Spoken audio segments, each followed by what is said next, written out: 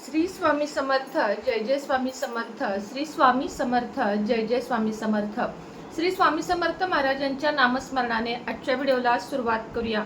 शुभ संध्याकाळ तुम्हा सगळ्यांना. कसे आहात तुम्ही सगळे? आशा व्यक्त करते स्वस्थ असाल, मस्त असाल, स्वामींच्या सेवेमध्ये रममाण असाल. दरवर्षी आपण श्रावण महिना किंवा असे काही विशेष महिने असला की आपण राशींचं भविष्य किंवा कोणत्या राशींचे चांगले योग आहेत हे मी तुम्हाला नेहमीच सांगत असते. त्यापैकीच आजचा एक व्हिडिओ आहे की श्रावण महिन्यात या ज्या 4 राशी आहेत त्यांच्या आयुष्यामध्ये राजयोग येईल जर त्यांनी सांगते त्या पद्धतीनं एक 2-3 उपाय केले तर. कोणत्या आहेत त्या राशी? चला तर मग बघूया. श्रावण महिन्यापासून जवळजवळ या 4 राशींच्या नशिबामध्ये जरी पत्रिकेत कुंडलीत राजयोग नसेल ना तरीही यांच्या आयुष्यामध्ये राजयोग येण्याची दाट शक्यता आहे.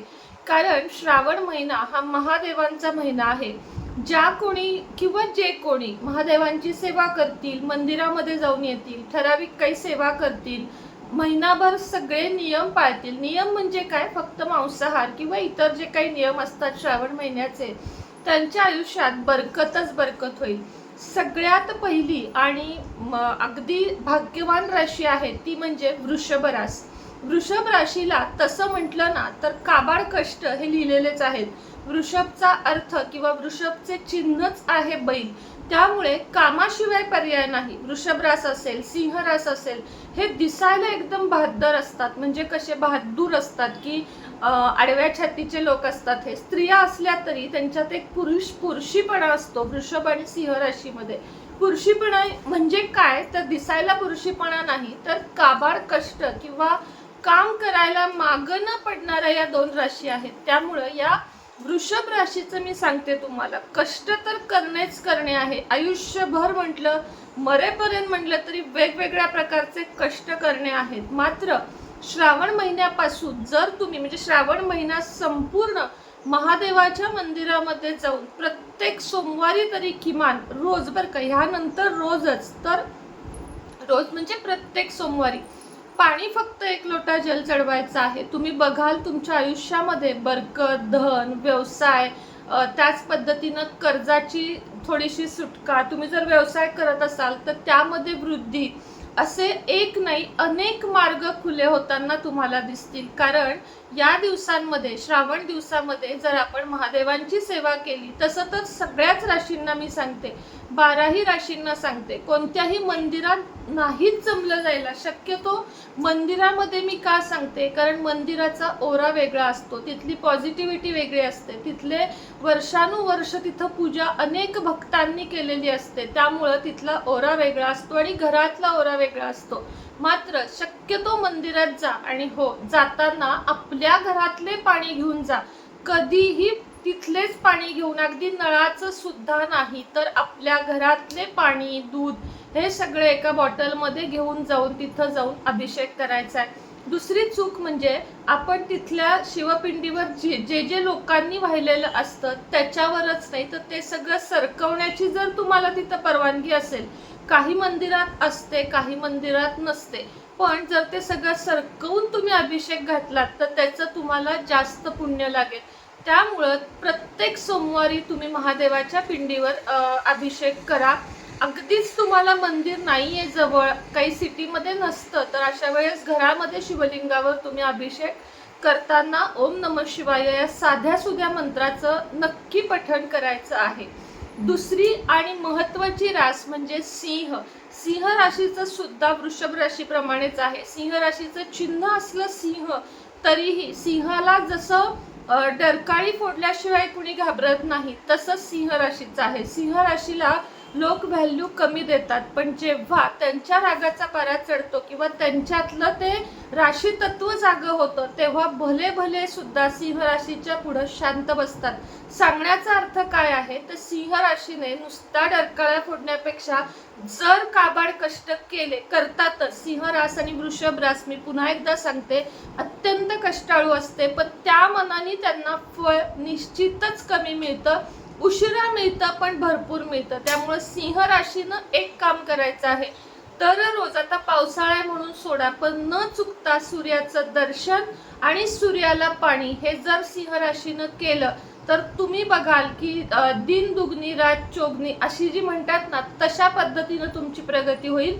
आणि महादेवाच्या मंदिरामध्ये जाऊन अभिषेक तर करायचाच आहे, शिवाय तुपाचा दिवा लावायचा आहे. आणि ओम गृणी सूर्याय नमः या मंत्राचा दररोज जाता येता 11 वेळा तरी जप करायचा आहे, किंवा सूर्याकडे बघत 11 वेळा तुम्हाला जप करायचा आहे. आता सिंह राशीने आणि वृषभ राशीने काय करायचं हे तर मी तुम्हाला सांगितलं. आणि श्रावण महिन्यानंतर तुमच्या आयुष्यामध्ये चांगला राजयोग येण्यासाठी मदत होईल. सिंह आणि वृषभ लक्षात ठेवा.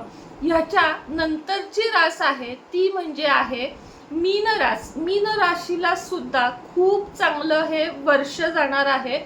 आणि या श्रावण महिन्यानंतर चांगले दिवस बघायला मिळणार आहेत. मीन राशीने काय करायचं आहे तर मीन राशीने जेवढी जमेल तेवढी तुम्हाला गुरूंची सेवा करायची आहे.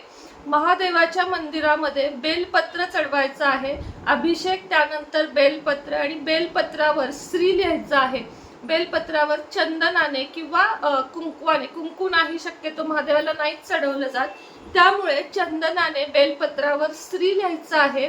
आणि हे बेलपत्र महादेवाच्या पिंडीवर अर्पण करायचं आहे. तुम्ही बघाल की तुमच्या आयुष्यामधले जे गुंते आहेत ना, मीन राशीच्या आयुष्यात खूप गुंतागुंत असते, म्हणजे वेगवेगळ्या तऱ्हेने असते.